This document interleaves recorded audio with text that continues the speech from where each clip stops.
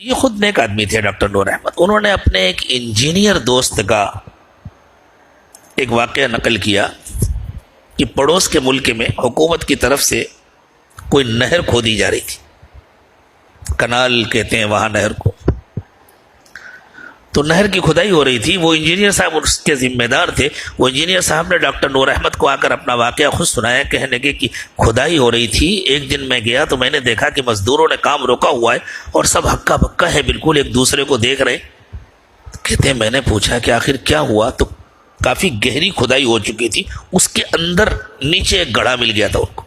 گویا کافی گہرائی کے اندر ایک قبر تھی جس سے اندازہ ہوتا تھا یہ کئی صدیوں پرانی قبر ہوگی, اتنی اندر گہرائی میں تھی.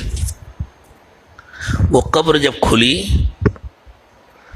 تو لوگوں نے دیکھا, وہ انجینئر صاحب کہتے ہیں میں نے بھی دیکھا کہ جو اللہ کا بندہ لیٹا ہے اس کا پورا جسم صحیح سلامت ہے, وہ آرام سے لیٹا ہوا ہے اور اس کے منہ کے اوپر ایک پھل رکھا ہوا ہے جس سے تھوڑی تھوڑی دیر میں رس نکل کر اس کے منہ میں گرتا ہے اور وہ اس کو ایسے جیسے کوئی مزہ لے رہا ہے اور چوس رہا ہے, ایسے چوس لیتا.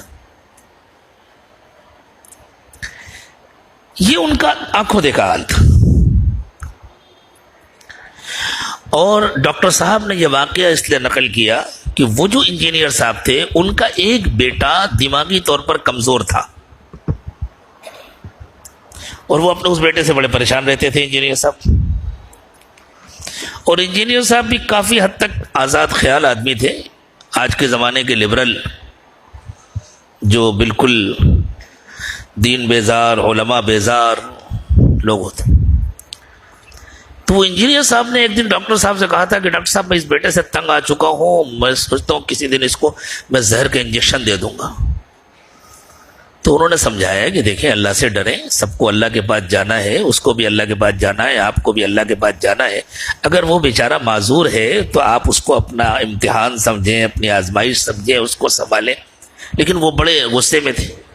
اس کے چند دنوں کے بعد وہ آئے ڈاکٹر صاحب کے پاس اور آنسوؤں کے ساتھ کہا ڈاکٹر صاحب میں نے یہ حالات دیکھ لیے, واقعی میں نے برزخ کا حال اپنی آنکھوں سے دیکھ لیا اور مجھے یقین ہو گیا, آپ جو سمجھاتے ہیں اب مجھے اس کا یقین ہو گیا. اب میں اپنے بیٹے کو کچھ نہیں کہوں گا, جو اللہ کی امانت ہے جیسا بھی ہے میں سنبھالوں گا. تو اللہ تعالیٰ نے ان کو دکھایا تھا تاکہ ذرا ان کی اصلاح ہو جائے. اور کیا پتا ان کے پیچھے وہ بیچارے ڈاکٹر صاحب نے کتنی دعائیں مانگی ہوں گی اللہ سے.